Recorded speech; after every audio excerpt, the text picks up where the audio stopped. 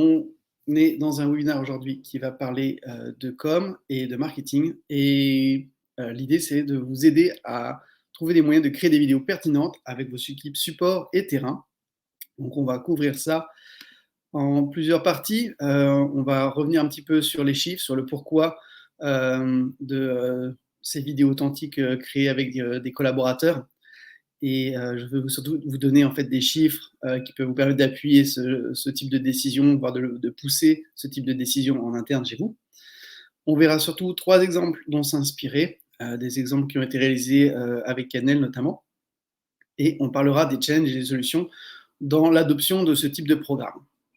Voilà, et je terminerai évidemment en vous parlant un petit peu plus des scénarios qui peuvent fonctionner, qu'on peut retrouver dans Canel, et de la solution Canel au global. Mais avant de commencer, en 2 petites slides pour vous expliquer d'où on vient avec Canel. Canel, c'est vraiment une solution de création de vidéos collaboratives et on l'a pensé dès le départ pour que ce soit simple pour l'employé de créer des vidéos. Pour ça, il y a une application toute simple où il y a des outils, comme on voit ici, comme cette silhouette qui permet de bien se placer au moment où on réalise la vidéo. Et pour les administrateurs des programmes, des plateformes, une plateforme sur laquelle il va pouvoir retrouver ces différentes équipes, et pour chacune de ces équipes, les scénarios personnalisés, les chartes graphiques qui sont délégués. Voilà, donc c'est notre façon de fonctionner pour ensuite créer de la vidéo at scale avec vos équipes. Aujourd'hui, plus de 200 clients, on verra quelques exemples aujourd'hui, on verra notamment l'exemple du groupe La Poste. Donc, comme je vous le disais, pourquoi faire des vidéos terrain? Pourquoi faire des vidéos authentiques? Voilà, quelques éléments de réponse. Premièrement, pourquoi la vidéo? Évidemment, quand on fait du marketing et de la communication, on peut se poser la question de est-ce qu'on a intérêt à mettre son budget là ou ailleurs? Et il y a pas mal d'études aujourd'hui qui prouvent que la vidéo est quand même un format vendeur, s'il y en a qui en doutent encore. Donc 96% des consommateurs aux US qui ont regardé une vidéo explicative pour se renseigner avant un achat, 84% qui auraient été convaincus d'acheter après avoir visionné une vidéo selon cette étude. On sait aujourd'hui que la vidéo est un format prévalent et qu'il va forcément rentrer à un moment ou à un autre sur un des canaux et sur un des touchpoints liés à vos parcours d'achat. Excusez-moi, j'ai un petit chat dans la gorge, c'est le début de l'hiver. Alors pourquoi la vidéo comme format, il y a une étude HubSpot qui s'est attelée à essayer de trouver selon 3000 consommateurs aux États-Unis et en Europe, je crois aussi en Amérique du Sud, quel était le type de contenu recherché par les consommateurs au moment de faire des achats, de prendre des décisions en ligne. Et la vidéo ressortait à 54% comme le contenu recherché, loin devant des contenus écrits comme les articles de blog ou ce qu'on fait souvent en B2B, à commencer par Canel, des contenus en PDF, des guides, des e-books, des choses comme ça. Je vois qu'il y a d'autres personnes qui nous ont rejoints, donc bonjour, et n'hésitez pas à interagir avec moi via le chat. Et je suis désolé pour ce petit chat dans la gorge.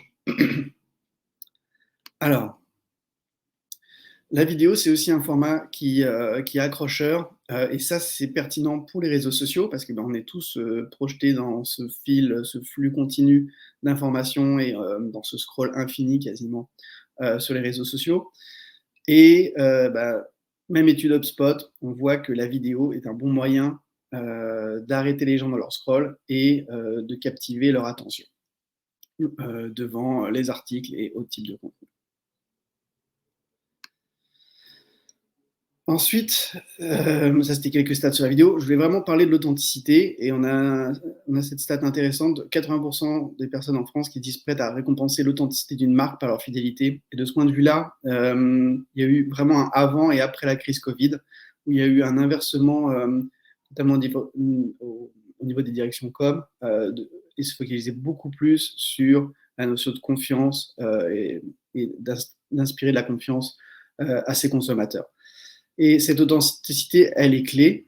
Et pour la créer, il faut un peu oublier les codes d'antan, les vidéos très corporate, très léchées, et aller plus vers des sources d'informations crédibles sur l'entreprise. Et là, on a un enseignement intéressant du Edelman Trust Barometer, donc c'est un baromètre mondial qui est publié par Edelman tous les ans. Et donc en 2021, la dernière édition ne dérogeait pas à la règle. C'est souvent, voire quasiment tout le temps depuis 10 ans, que les experts de l'entreprise sortent avant n'importe quelle autre source d'information comme la plus crédible sur l'entreprise, avant le CEO même et avant l'employé. Et par expert, j'entends pas forcément la personne qui a une blouse blanche qui travaille dans un laboratoire, ça existe, mais c'est pas que ça. C'est les gens qui connaissent bien leur sujet en entreprise, donc les gens qui sont sur le terrain, les gens qui vont faire le support client, etc. Donc la vidéo collaborateur, au global, c'est un format efficace. Pourquoi? Parce que vous avez des contenus qui sont en prise avec le réel.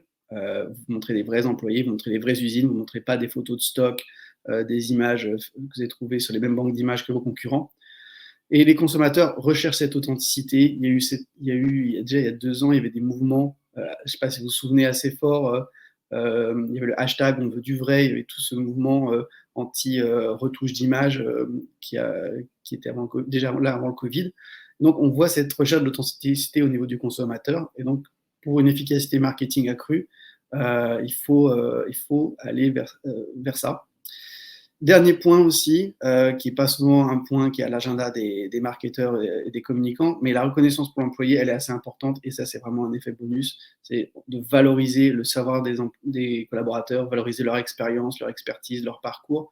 Et donc ça, on peut le faire via la vidéo collaborateur. Donc au global, 3 bonnes raisons. Créer du contenu engageant. On voit des gens de l'entreprise qui présentent l'entreprise, qui présentent ses services, qui présentent des clients. On a une chance de se démarquer parce que on va montrer des vraies images à soi, alors que je trouve qu'il y a eu beaucoup de courses, une course à la banque d'images récemment, tout le monde veut faire des vidéos à la brute, et donc d'utiliser des banques d'images avec juste des sous-titres dessus, et ça c'est très impersonnel. Donc là on a une chance de se démarquer en étant plus dans des vidéos un peu à la Combini, on va montrer ses collaborateurs en situation. Et globalement aussi, on va gagner beaucoup de temps et de simplicité par rapport à travail avec les agences. Alors, évidemment, c'est un travail qui est complémentaire de celui des agences, mais on va pouvoir avoir des cycles de création de contenu beaucoup plus courts et beaucoup plus directs. Donc ça m'amène au cas que je voulais partager avec vous aujourd'hui et qui reflète vraiment cet état d'esprit de se dire comment on peut communiquer, comment on peut créer des vidéos on va pouvoir utiliser dans son marketing avec ses collaborateurs sur le terrain.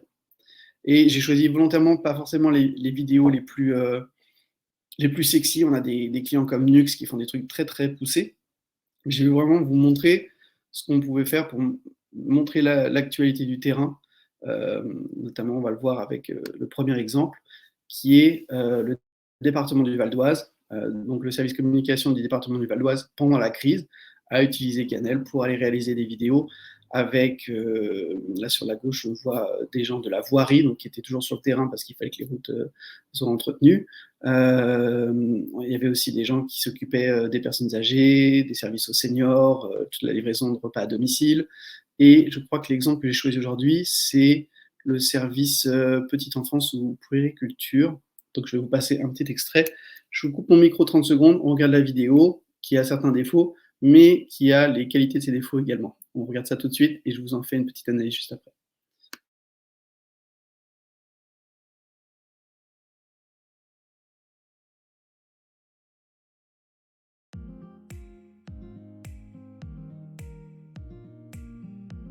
Bonjour, je m'appelle Laura, je suis référente éducative à l'aide sociale à l'enfance. Bonjour, je m'appelle Julie, je suis également référente éducative à l'aide sociale à l'enfance. Le département intervient auprès de 3000 familles dans le cadre de la protection de l'enfance. Actuellement, la permanence mise en place a prévu un accueil téléphonique afin de rassurer les parents concernant la situation de leurs enfants et puis orienter également les partenaires qui auraient besoin.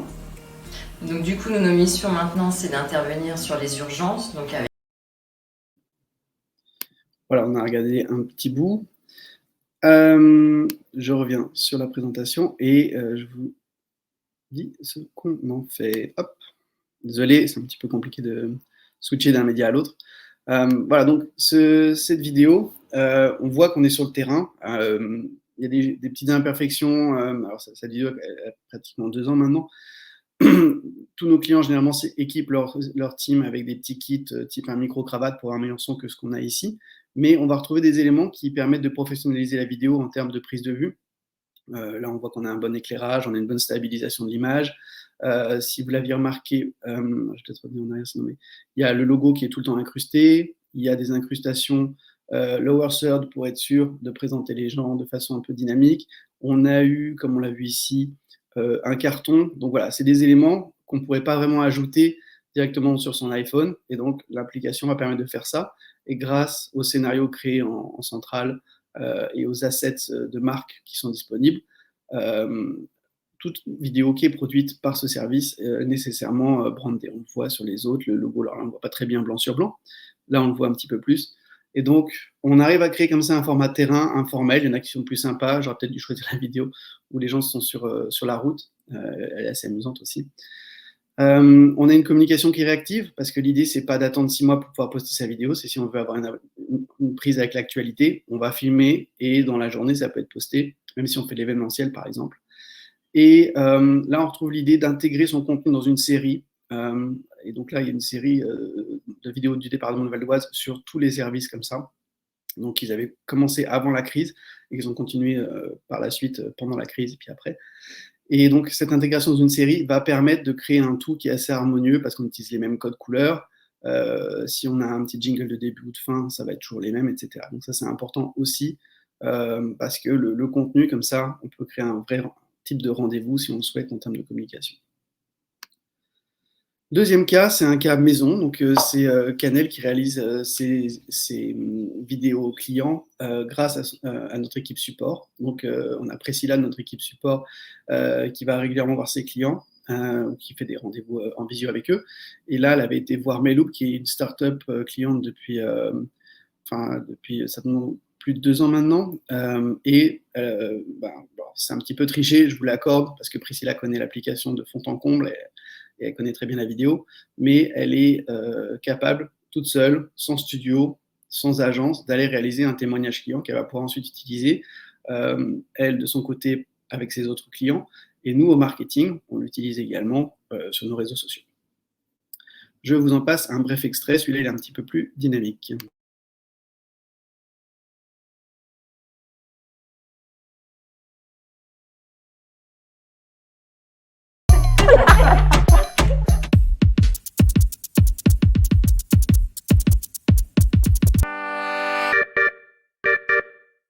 Bonjour, je suis Ophélie Bazar et je vous présente Spammy. Responsable de développement commercial chez Meloop, ça consiste à trouver des clients, à faire en sorte qu'ils signent et qu'ils restent chez Meloop. On commence par une petite réunion d'équipe, on va tous pouvoir expliquer ce qu'on a fait dans la journée, ce qu'on a fait hier et ce qu'on veut faire sur les prochains jours. Et ensuite, prend le bas de combat et là on fait vraiment chacun nos missions. Chez Meloop, la vidéo c'est important en fait parce qu'on l'utilise dans un premier temps chez nos clients. Donc chaque mois, on vient animer un challenge avec des défis à relever et la vidéo, à ce moment-là, on l'utilise pour pouvoir interviewer chaque collaborateur qui aura gagné. La vidéo, à ce moment-là, elle nous sert à pouvoir... Voilà, je reviens sur la présentation. Vous avez compris le principe. Voilà, donc sur cette vidéo, ce que je trouve intéressant, c'est de voir qu'on retrouve du branding. Là, on a inclus même le logo du client. On va retrouver des éléments d'animation avec ce type de carton qui viennent s'incruster ici. Et dans le cas des vidéos qu'on fait nous, on inclut généralement les sous-titres. Donc là, ils sont inclus gravés dans la vidéo, mais on peut aussi récupérer le fichier SRT. Et ça, c'est une bonne pratique parce qu'aujourd'hui, 90% des vidéos qui sont visionnées sur les réseaux sociaux, selon une étude Publicis Media, le sont sans le son. Donc, si on n'a pas ces sous-titres, les vidéos ne sont pas très engageantes, on voit une personne qui parle, mais on ne sait pas trop ce qui se passe. Donc, c'est intéressant de jouer sur ces sous-titres. Si on joue sur la vidéo, justement, on va mettre en avant des collaborateurs ou des clients, d'utiliser ces sous-titres pour engager les gens sur les réseaux sociaux.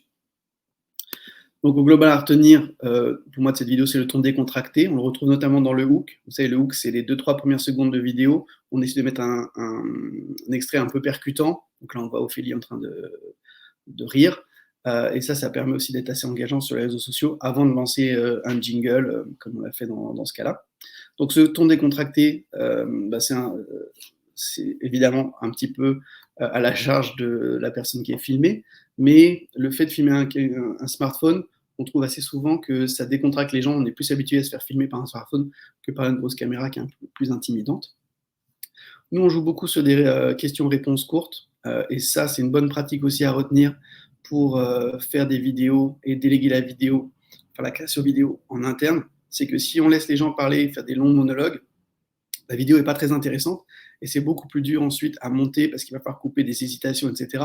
Alors que quand on enchaîne des questions qui amènent des réponses courtes, on va pouvoir beaucoup plus facilement monter derrière. Donc là, même avec des réponses courtes, on a vu il y a un ou deux moments où on voit que la vidéo a été un peu coupée. Parce que c'est rare d'arriver à sortir d'un tenant 10 phrases super smart, sauf si on a été media trained auparavant. Donc, c'est important d'enchaîner vraiment questions-réponses courtes. C'est une technique de base pour faire de la délégation de vidéo parce que c'est beaucoup plus simple à réaliser et ce sera beaucoup plus simple au montage également. Le hook, j'en ai déjà parlé, je ne reviens pas dessus. Troisième cas, là on est vraiment sur le terrain également. On est dans les entrepôts de Colissimo. Et donc, la vidéo que je vais vous montrer, c'est Christian Nassonville, qui est directeur de la plateforme Colissimo d'Alsace, qui nous présente ce qu'eux font pour les e-commerçants. Mais le groupe La Poste utilise vraiment l'application et la vidéo globale pour pas mal de choses assez smart quand ils ont des nouveautés dans les bureaux de poste, notamment. Il y a une vidéo qu'on a comme ça, qui a été faite par plusieurs bureaux de poste différents dans plusieurs régions différentes, sachant que chez La Poste, chaque région a son compte Twitter, donc ils aiment bien communiquer de façon assez locale. Et ça leur permet d'être réactifs et dans la journée de poster une vidéo sur la nouveauté en question. Je vous passe le petit extrait de Colissimo.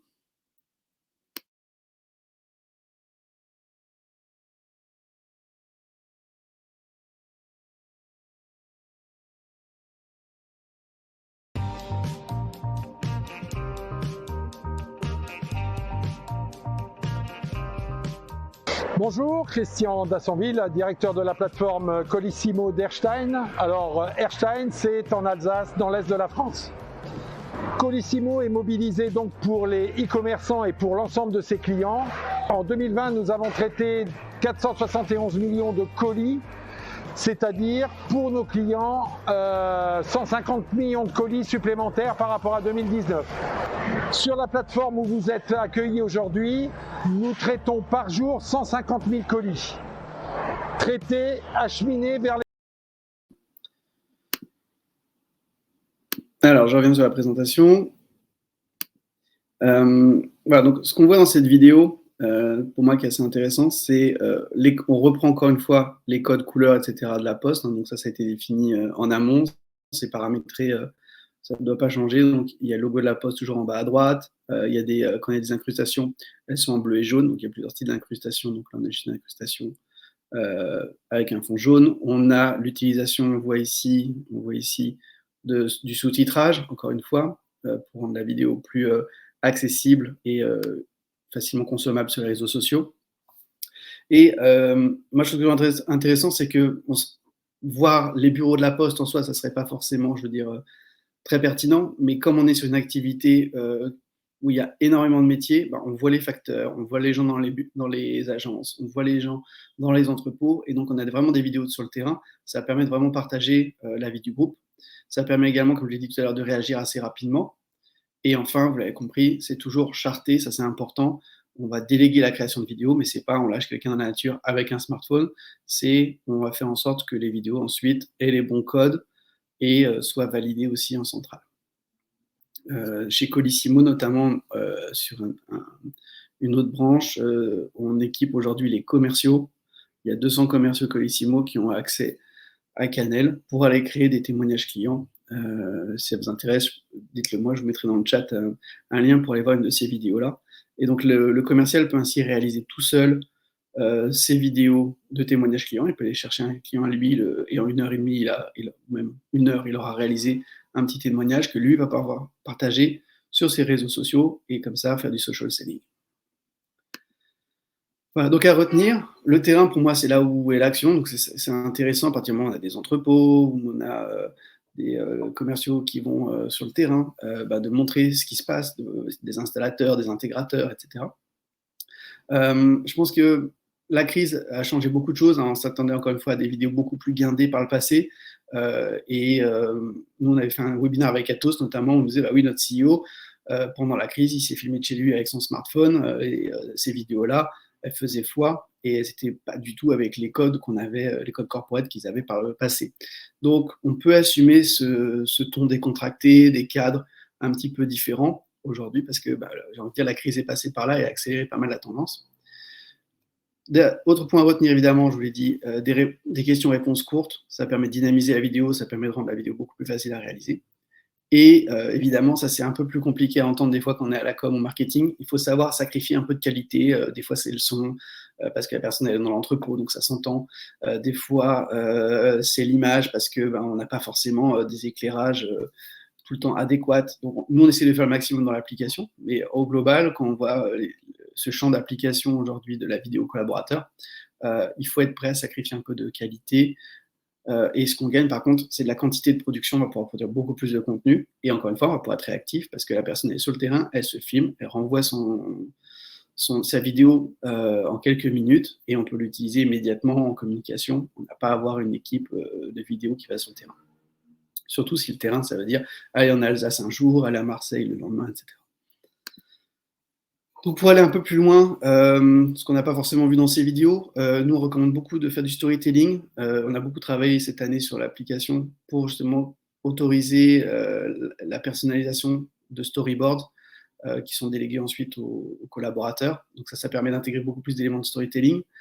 On ne l'a pas vu trop non plus, on l'a vu un petit peu avec Colissimo, d'intégrer des plans de coupe. Donc ça c'est des instructions qu'il faut donner à ses collaborateurs. Pensez à prendre un camion qui quitte l'entrepôt, pensez à prendre des gens en train de faire ceci et cela. Ça vous permet d'avoir des plans en plus dans votre vidéo et de créer à la fois du dynamisme et puis éventuellement de cacher une petite imperfection. Je ne sais pas moi, s'il y a quelqu'un qui passe derrière au moment où on est en train de parler, à ce moment-là, on peut intégrer une autre vidéo qui illustre notre propos et on cache un petit peu l'imperfection. Donc ça, c'est des choses intéressantes à faire.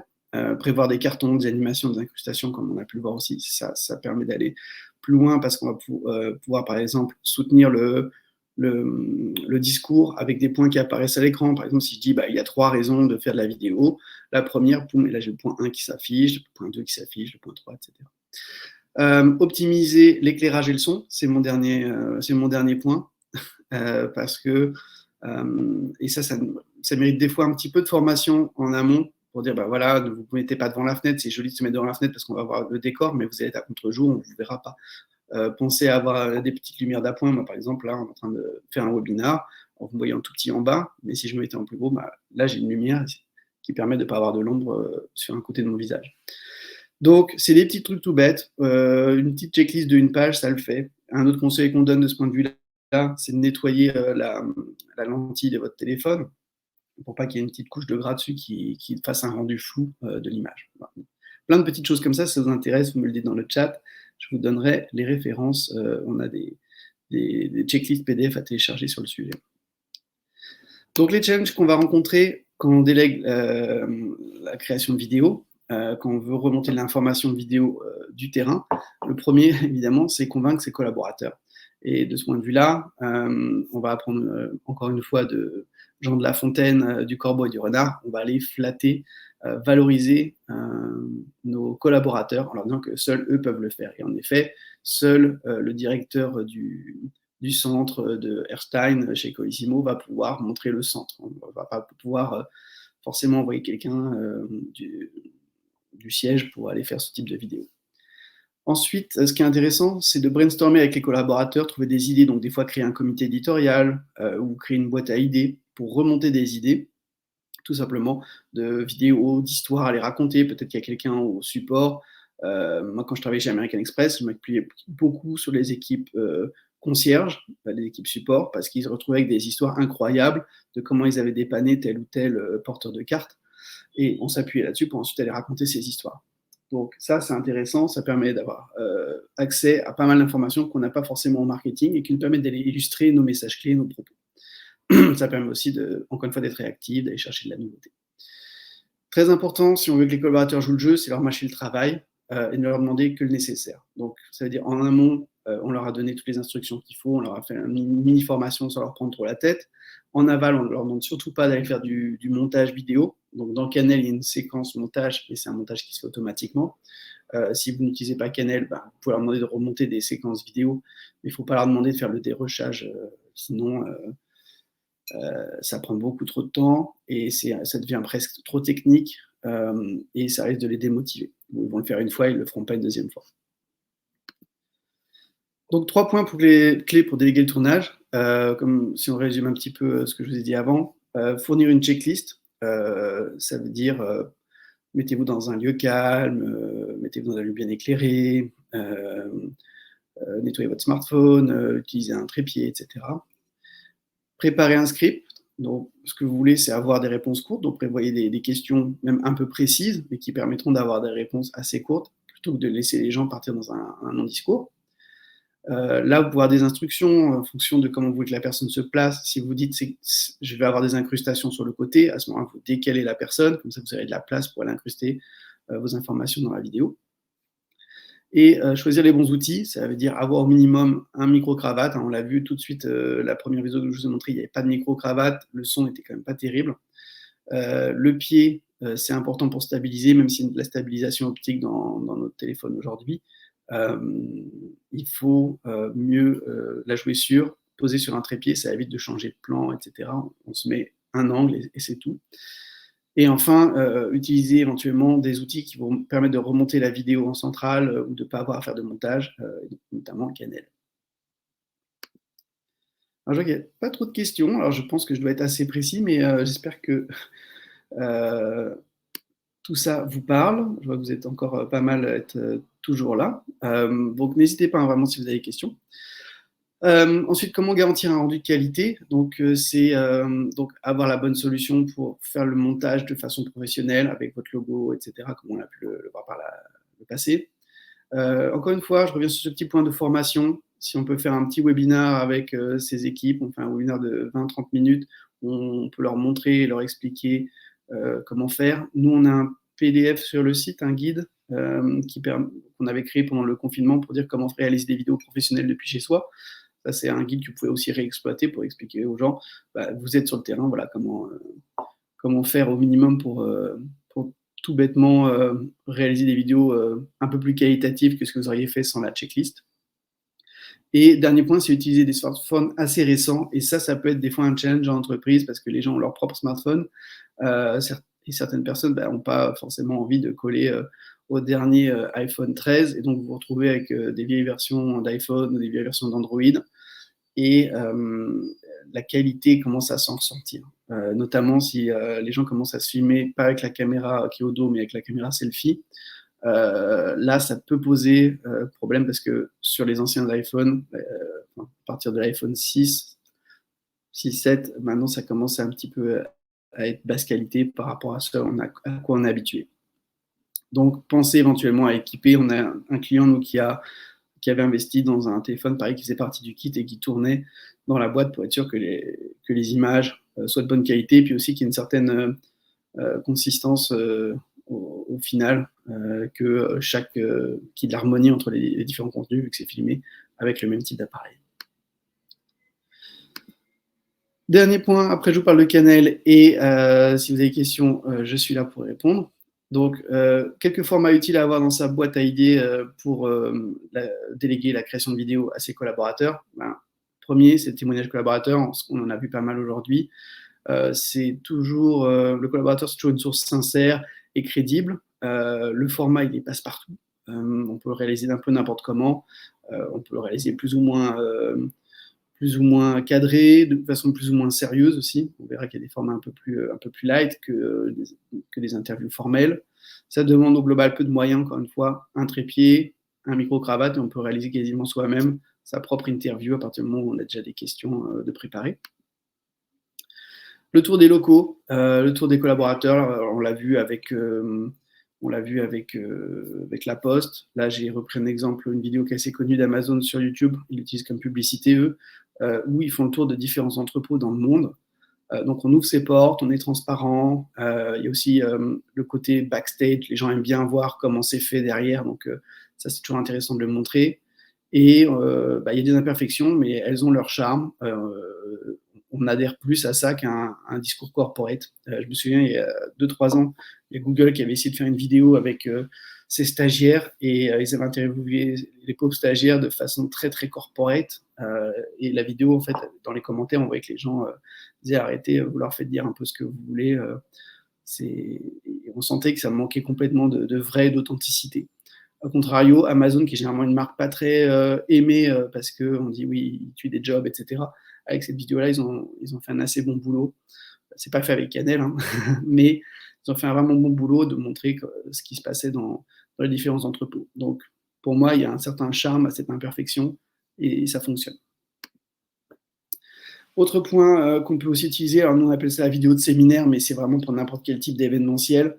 En gros, c'est quand on est sur place, lors d'un événement d'entreprise, lors d'un salon. Alors, je sais que maintenant, on est un petit peu limité des fois, mais pensez à se filmer. Et en fait, il faut juste y penser. Danone avait fait en 2017 toute sa vidéo corporate de l'année, uniquement avec des plans filmés par des collaborateurs lors d'événements autour du monde, ou que ce soit un anniversaire, le fait qu'ils partagent telle ou telle activité avec leur communauté, etc. Donc, je trouvais ça assez intéressant. Donc ça, il faut juste penser à se filmer. Nous, on a fait aussi une vidéo comme ça il y a quelques mois chez Canel, comme on est tous en full remote, donc on voulait montrer un petit peu nos différents quotidiens. Donc on s'est tous filmés dans des activités qu'on fait en plus du boulot et qui nous permet le fait de travailler à distance. Donc ça marche assez bien, ça donne un côté très sympa. C'est très dynamique, on peut montrer pas mal de monde, pas mal de différents profils. L'idée, c'est pas forcément de faire passer un discours via un témoignage, quoi que ce soit, c'est de montrer qu'il se passe des choses, montrer vraiment la vie du groupe et être en immersion. Alors, je vous parle un petit peu de Canel, même si c'est vrai que dans mon discours, j'en ai nécessairement pas mal parlé dans le reste de ce webinaire, mais l'idée de Canel, c'est d'internaliser la vidéo parce qu'on se rend compte qu'on ne peut pas faire tout via des agences, ça coûte trop cher, et que même quand il y a un studio interne, on a beaucoup de nos clients qui ont des studios internes, ils ne peuvent pas survenir à tous les besoins du groupe parce qu'ils ne vont pas pouvoir se déplacer, encore une fois, dans tous les entrepôts de la boîte et les filmer tout le monde. Donc c'est intéressant d'aller complémenter ce que font, qui va être nécessairement beaucoup plus quali, avec des choses qui vont nous permettre d'assurer, on va dire, la communication au quotidien sur les réseaux sociaux notamment. Donc on a voulu une solution qui permette de réaliser des vidéos pro sans compétences en 15 minutes et qui soit accessible à n'importe quel collaborateur, quel que soit son, on va dire, sa connaissance en vidéo, et notamment s'il n'a aucune compétence particulière. Pour ça, le workflow, il est assez simple. Hein. Quand on veut déléguer sur l'application Canel, on va d'abord créer des scénarios ou donner à... Pardon, excusez-moi, le petit chat dans la gorge revient. On va pouvoir sélectionner des scénarios qui existent déjà en Canel ou créer ces scénarios qui soient dédiés au groupe. On avait par exemple un client qui s'appelle Valtech qui avait créé un format Valtech Inside où il faisait tout un interview collaborateur avec un format bien particulier. Donc on crée son format, on prépare chaque séquence, on donne des indications. Si on veut que les réponses fassent une certaine longueur, on va indiquer ça. Et toutes ces informations, on va les retrouver ensuite dans l'application, c'est l'étape 2, où la réalisation pour le collaborateur, s'il se filme lui-même ou s'il filme un autre collaborateur, ou s'il filme un entrepôt, un événement, il va avoir des indications de tournage au sein de l'application au moment où il filme. Et notamment, il va avoir un petit compteur qui va indiquer le temps, et à partir du moment où il va dépasser le temps imparti, on ne va pas l'empêcher de filmer, il va être conscient que sa scène est trop longue par rapport au format qu'on a voulu créer. Troisième étape, ça va être le montage, et là, ça se fait directement dans l'application également, même si après, on peut retoucher sur l'interface web, mais ça permet au collaborateur de finaliser sa vidéo et de voir son résultat. Et donc là, on va retrouver tous les assets de marque, donc notamment, si je reprends le groupe La Poste, eux, ils veulent toujours que le logo soit en bas à droite, il est toujours en bas à droite, il est figé, mais on peut donner la liberté aux collaborateurs éventuellement de le mettre ailleurs. Je crois qu'on a 150 permissions comme ça qu'on peut régler finement au niveau de l'administration pour être sûr d'avoir le résultat escompté au niveau du montage. Donc le montage, il va permettre d'ajouter des cartons, un peu comme on fait un PowerPoint. On a ces cartons qui sont intercalés avec les bouts de vidéo. Et tout ça, c'est compressé ensemble. On peut ajouter les sous-titres qui sont générés automatiquement avec de la reconnaissance vocale. Et c'est la 4e étape. On peut aussi rajouter des éléments de marque comme la musique. On a vu, il y a certaines vidéos qui avaient une petite musique de fond. Donc ça, on a une bibliothèque de musique libre de droit et chaque marque peut ajouter ses musiques corporate également. On a les jingles de début, de fin qu'on peut aussi maîtriser de la même façon. Voilà, donc si ça vous intéresse d'en savoir un petit peu plus, il y a une démonstration de l'app qui est disponible. Je vais vous remettre le lien juste après dans le chat, si vous voulez aller voir. Et ce qui est intéressant aussi, ça peut être de prendre rendez-vous avec l'un de nos commerciaux pour avoir une démonstration plus globale qui inclut à la fois la partie administration côté web, pour que vous voyez comment ça fonctionne, comment on peut personnaliser les scénarios et ensuite les rendre disponibles à certaines équipes notamment. Et ensuite de voir comment la réalisation se passe côté application une fois qu'on a son scénario personnalisé. Donc sur la page, donc je vous mets le lien, vous pouvez retrouver à la fois cette vidéo de démo et vous avez un petit bouton prendre rendez-vous avec un commercial si vous souhaitez aller plus loin dans cette démarche. En ce qui me concerne, je vous invite aussi à télécharger des ressources qu'on a sur notre site. Donc là, c'est le lien global. Il y a notamment le guide Maîtriser l'art de l'interview vidéo. S'il y a des ressources dont j'ai parlé tout à l'heure qui vous intéressent, je peux vous partager le lien dans le chat. Donc n'hésitez pas, c'est là pour ça. Je mets le lien. Hop. Et voilà, vous avez le lien pour aller chercher le guide. Vous devriez recevoir notamment demain un email de ma part avec un lien pour aller regarder les slides, si vous voulez revoir les slides ou les partager en interne. Et sur ce, je prends vos questions, bien évidemment. Et sinon, je vous invite à nous suivre sur les réseaux sociaux ou à aller directement sur canel.io/webinar, voir s'il y a d'autres sessions qui peuvent vous intéresser. On a notamment programmé pour janvier tout un programme de webinaires. On a 4 sessions dédiées à la communication et au marketing. On va parler notamment de témoignages clients, de travail avec les commerciaux pour créer des témoignages clients. On a pas mal de sessions assez intéressantes de ce point de vue-là. Donc, je vous invite à regarder le programme et voir ce qui vous conviendrait. Je vois qu'il y a des gens qui sont en train de taper, donc je vais attendre des questions. Alors oui, Aurélie, est-ce une application? Est-ce que ça fonctionne avec des licences? Oui, donc c'est à la fois une administration web, tout le tableau de bord est côté web, et ensuite il y a une application Canel sur le téléphone qui va permettre à tout à chacun, une fois qu'il est logué, d'aller à la fois filmer ou importer des vidéos qu'il a déjà préparées sur son téléphone dans sa galerie, et ensuite de créer, de choisir un scénario et de rajouter ces éléments de vidéo, donc de les tourner dans l'app ou de les importer, et au final de choisir ses options de couleurs, remplir ses cartons si besoin, et au final de sortir la vidéo, d'exporter la vidéo, d'exporter les sous-titres si besoin. Et au niveau des licences, en fait, ça fonctionne avec un système où, en gros, pour chaque licence administrateur, on a 10 licences collaborateurs ou contributeurs. Et donc ça va permettre comme ça d'aller assez rapidement déployer la solution. Et donc quand on travaille à la com, d'être l'administrateur du programme et d'avoir son petit réseau de reporters terrain.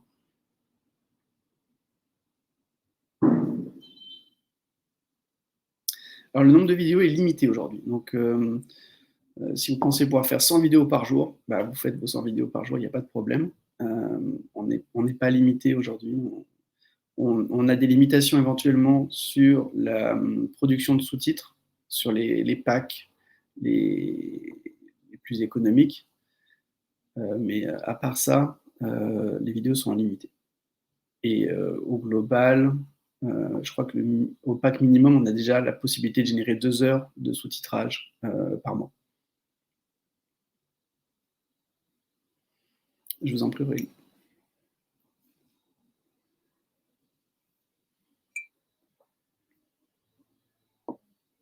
Alors, on a encore 3-4 minutes. Si vous avez des questions, c'est le moment. Évidemment, vous pouvez toujours me contacter aussi par email, guillaume@canel.io, ou encore une fois, je vous invite vraiment à passer par le lien que je vous ai partagé tout à l'heure. Allez regarder la démo, notamment Aurélie, vous verrez comment ça fonctionne en termes d'application.